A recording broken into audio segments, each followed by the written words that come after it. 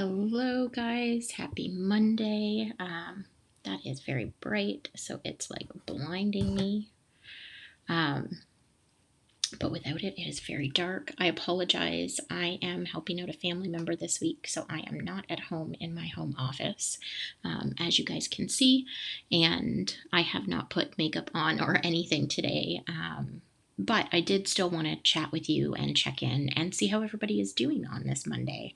So I hope you guys have had a great day. It is gray and rainy and sort of yucky here in Southern Ontario right now. So wherever you are, I hope it was a better day for you.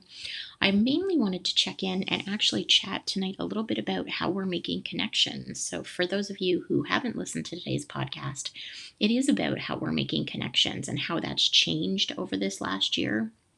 And I'm curious as to whether or not how you make connections and how you've been making connections over the last year, whether or not you're going to continue with some of those changes moving forward as life sort of gets back to whatever the new normal looks like. Will you continue making connections via things like Zoom? Will you continue networking online? Or will you go back to only in-person meetings? Will you continue to look for online ways to get in touch with people from all around the world, or will you go back to your little local network? I'm curious if you're watching live now, let me know in the comments, or if you're watching on the replay, still post in the comments. I'd be curious to know sort of how you guys are feeling about that and sort of what you think over the next 6 months to a year, what you think is going to change as far as making connections. I can tell you personally, for me, it's very much going to still be a lot of online. I'm very much enjoying networking online and having regular conversations with my circle of women entrepreneurs and just friends that I typically get together with. But I also think I'm going to go back to some of the actual in-person meetings, meeting in a coffee shop, getting together, at dinner to network, those sorts of things. So I think it will be a little bit of both, but I am very much enjoying the online space and the ability that it has given me to connect with people who I never would have had access to otherwise, which I think is a fantastic thing for some of us.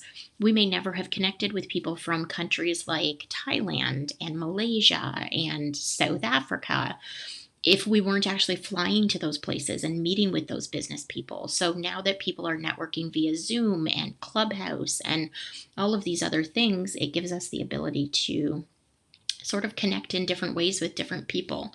Tacey says a hybrid of both forms. I absolutely agree. I personally feel like it's going to be exactly the same. I feel like it's going to be a hybrid of both. I think I'm definitely going back to some in-person things. In fact, there are some in-person networking events and conferences that I just can't wait for those things to happen in person. A conference specifically that I look forward to every year that I haven't been able to go to, those sorts of things I'm very much looking forward to. And I think it's a great way of connecting with people in person and chatting. Hello, Brenda. And being able to just, sit in a room with people and have real conversations. So I will definitely be going to a hybrid of sorts.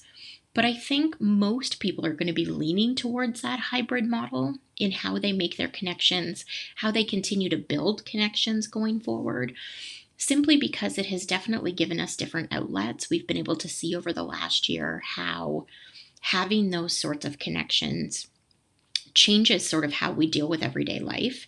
It changes how we deal with business. A lot of things can happen in a digital space at a different rate than they could in an office. You don't have to wait for 50 people to, file into a boardroom. You can get everybody in the same space at the exact same time, deal with what needs to be dealt with. So I think there will be a hybrid of both. I think there will, for a lot of people, continue to be new online spaces to meet people and connect with people, like this new Clubhouse app that you guys have heard me talk so much about. I'm very much enjoying utilizing that space and being able to chat with people from around the world at any given time of the day or night about a ton of different topics. And so that raises a really great question. Do you think that because of this pandemic and because of everything that we've sort of been dealing with in order to find and maintain connections over the last year, because of how disconnected everyone has had to be physically, do you think that there are new apps that will come out, new ways of communicating with people that people have been sort of developing over the last year that may also change the game? I'm very curious and would be interested to know what you guys think, because I absolutely think that there's people that are developing things that we've never even thought of because of everything we've been through in the last year. Having to be physically distant from people, even if we weren't socially distant, because we were able to utilize spaces like this online. We were able to use things like live chat and Zoom and FaceTime and Clubhouse and all of those things. But I think there's an element that ends up missing when we're chatting with somebody online. When there isn't a two-way conversation happening, not necessarily like via voice, but even just being able to pick up on social cues and nonverbal cues is hard in a digital space. You guys can see me from like the shoulders up. You can't see anything else about my body language except for the fact that I talk with my hands a lot. And so that makes it really difficult. Wearing masks has made it really difficult to see those sort of social cues. So I think there is going to be things that come out in the next year, maybe even longer than that are built in a way to help people deal with those sort of roadblocks. Because I think people are anticipating that it could be beneficial, not just if there's another pandemic at some point, let's hope hundreds of years down the road, but it could be beneficial for people who are isolated because of where they live. It could be beneficial for people who maybe have health issues and can't necessarily get out of their homes on a regular basis. And it can be beneficial from an accessibility standpoint so that people who maybe can't get to wherever your meetup is can still join in those circumstances, can still take part in some of those events. And I think we're starting to see some of that with events like TED. We're starting to see that with different networking things that are coming up that tend to be higher profile and in-person only. A lot of places are now adding digital currency to be able to draw people in from around the world. Even zoos and museums are starting to add that element in. So if you can't make it, to the Smithsonian, you can at least take a virtual tour for a small fee. So I think we're going to see a lot more of those sort of innovative ways, not only to get people involved, but also to be able to stay connected and travel the world and see different aspects of maybe things that you never would have had the opportunity to see.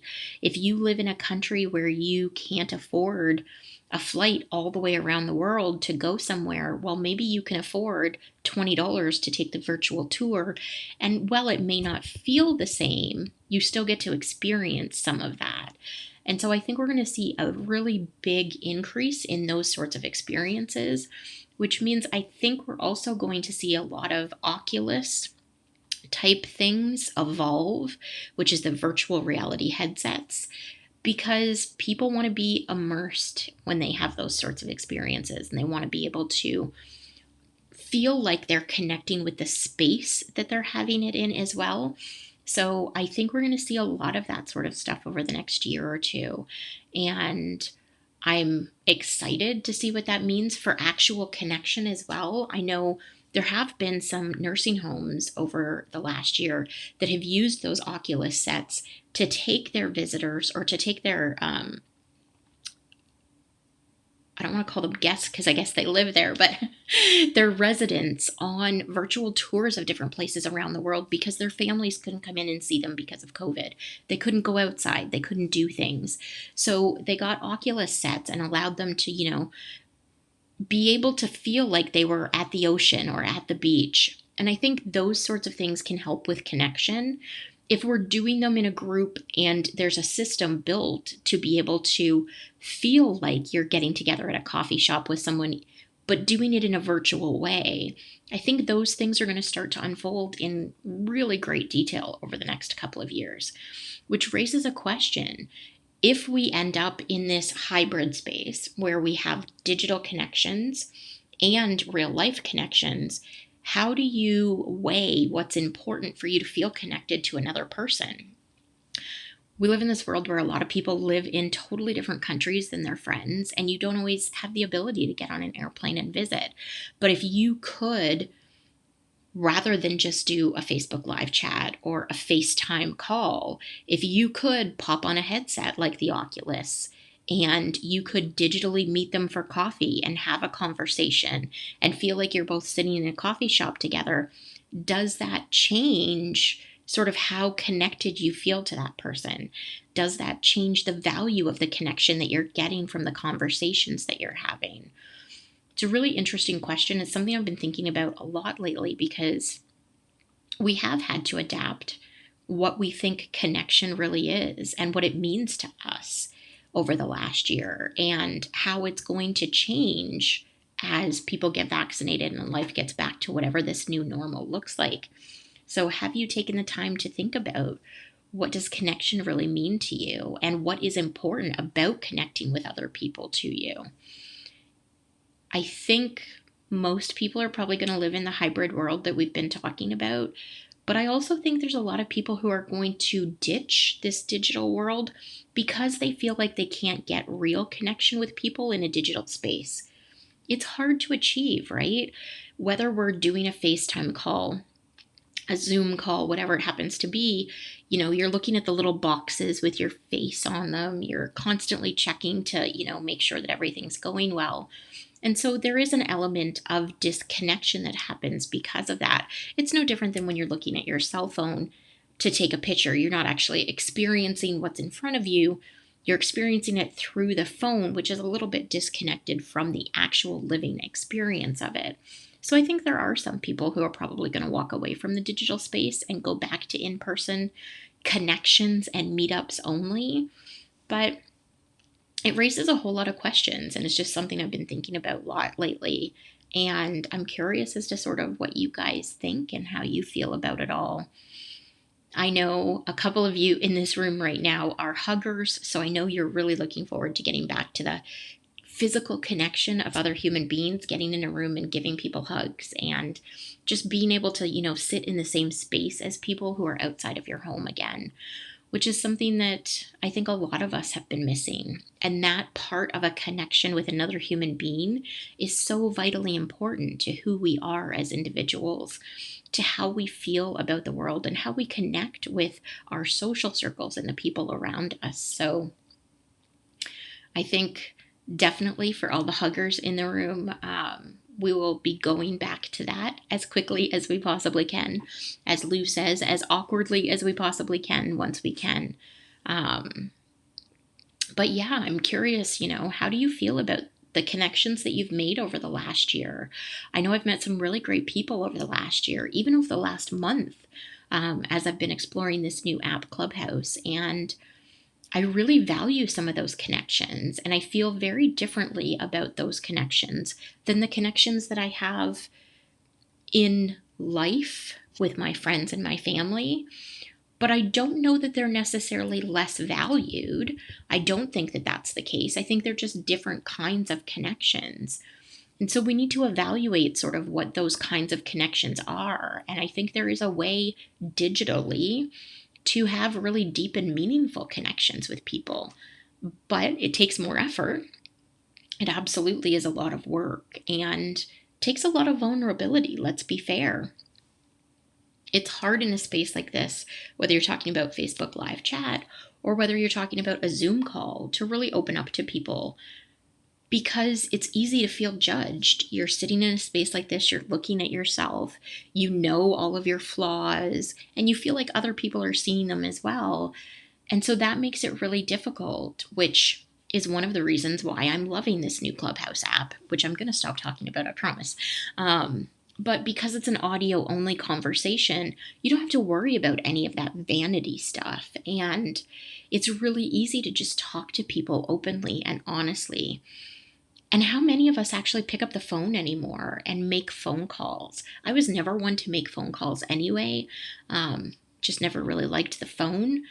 So it's interesting that I'm loving this audio only app, but a phone call is a different kind of connection, right? It's a different kind of conversation than this digital space that we've been living in.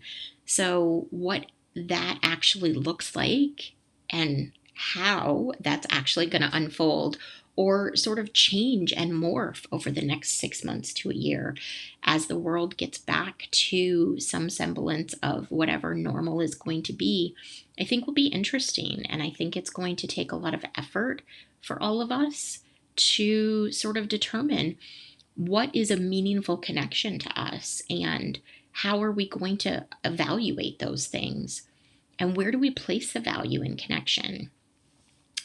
I love a ton of people that I've only ever met digitally. I've never met them in real life. I may never meet them in real life because they live in other countries, but I'm still willing to hold space for them. And I'm still grateful to be able to have conversations with them and be in a position where I can get together with them in this digital world when I feel like it or when they feel like it.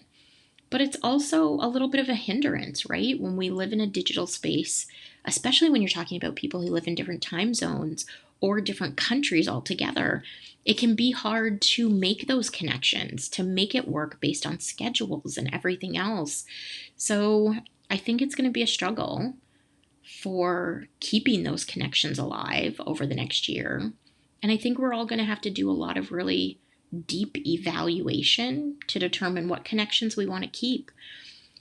I'd be curious to know over the last year. For those of you watching live now, please post in the comments. If you're watching on the replay still, please make a comment. I'd be happy to continue the conversation after. But I'd be curious to know how many of you have actually lost connection over the last year with certain people. Whether that's because, things got busy and you guys just didn't have the ability to sort of cross paths digitally, or whether or not the last year has sort of changed how you've looked at the people in your life. And so you've changed who you value as a connection. I know for me personally, there are people who I don't want to say I've cut out of my life, but I'm definitely no longer super connected with in a regular way. And then there are other people who I wasn't as connected with, that I lost touch with, who I've reconnected with in this digital space over the last year. So I think there are two sides to that coin. I think we all experience both in some way, shape, or form. But I think we need to constantly be evaluating that as well as human beings, because as we grow, as we change, the things that we want out of our friendships and our relationships change. And this year has given everybody a really great excuse, to be able to look at the people in their lives and say, you are a connection I want to keep around. You are somebody who I value and I respect. Or, on the other hand, you are somebody who maybe I'm okay without. Maybe it's okay if we're no longer regularly connected. We're not, in each other's lives at this really deep level anymore. And that's okay too. I think we need to normalize that a little bit more, because sometimes you outgrow people. Sometimes they outgrow you, and that's okay. I don't think there's anything wrong with that. We just need to acknowledge it and allow it the space that it needs. There's definitely people who I reconnected with this last year who I'm now starting to fall out of connection with now that life is getting back to normal for them, and that they're sort of navigating whatever the new normal looks like for them as well. So it's going to require on my part a little bit of grace, but it's also going to require another evaluation of how hard do we work collectively to maintain this if it's really important to us. So I think from a connection standpoint, this year has given us a lot to think about. It's given us a lot to ponder about what connection really means for us, but also what's important about it. What do we think is the most important part of connection? And I don't know that there's necessarily one solid answer for anyone. I think every relationship is a little bit different. Every relationship means something different. And there are all kinds of things we could talk about here, like love languages and, personal relationships and all of that. But I think realistically, everyone just needs to take a a minute and evaluate it for themselves. So I know I have connections with a lot of people in the US who I haven't been able to see for more than a year, but we're constantly texting or messaging online and, occasionally hopping into a Clubhouse room or onto a Facebook Live together. And so that's been a way that I've been able to keep that connection alive and keep it something that's meaningful to me. It requires work. All connections do. And this last year, I think, has required a little bit more work on our part simply because it's harder to make connections in this digital space. So I don't know, are you guys feeling like it's harder to make connections this year with people because of the digital space that we've had to live in? Or have you actually been enjoying this digital space and been making more meaningful connections? Let me know in the comments. I'd love to know what you guys think.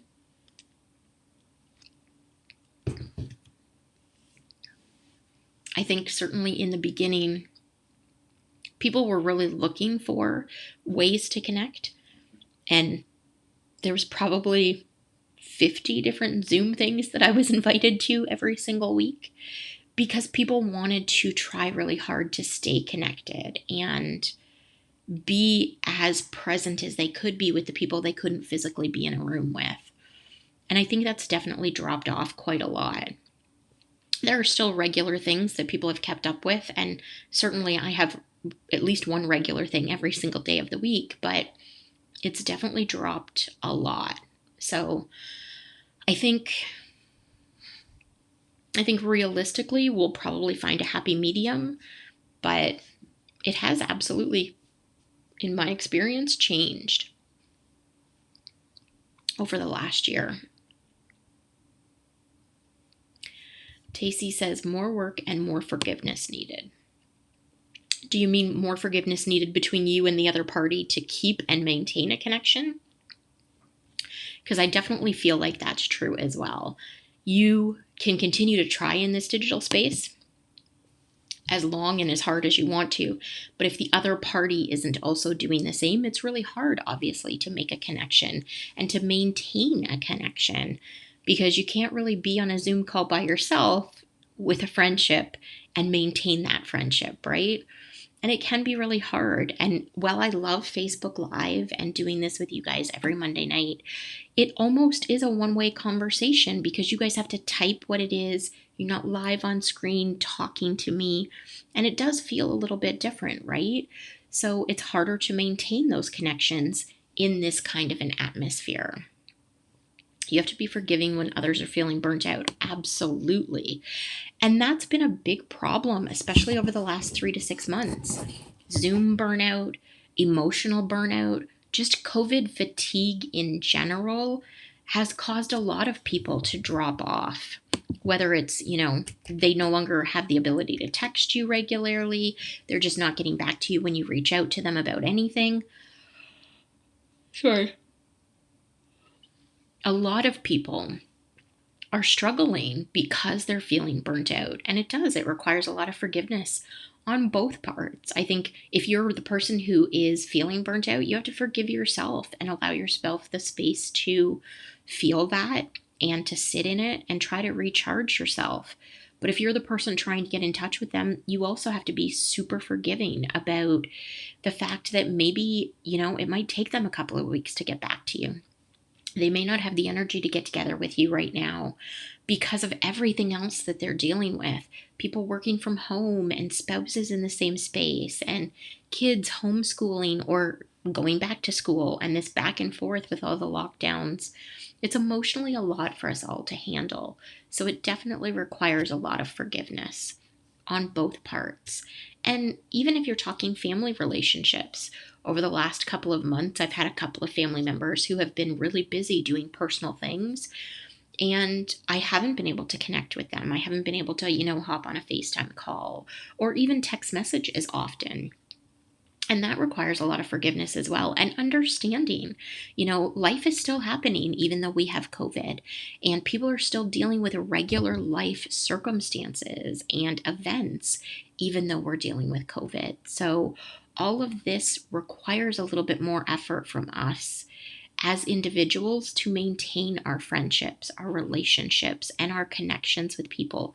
Even business connections require a little bit more work these days.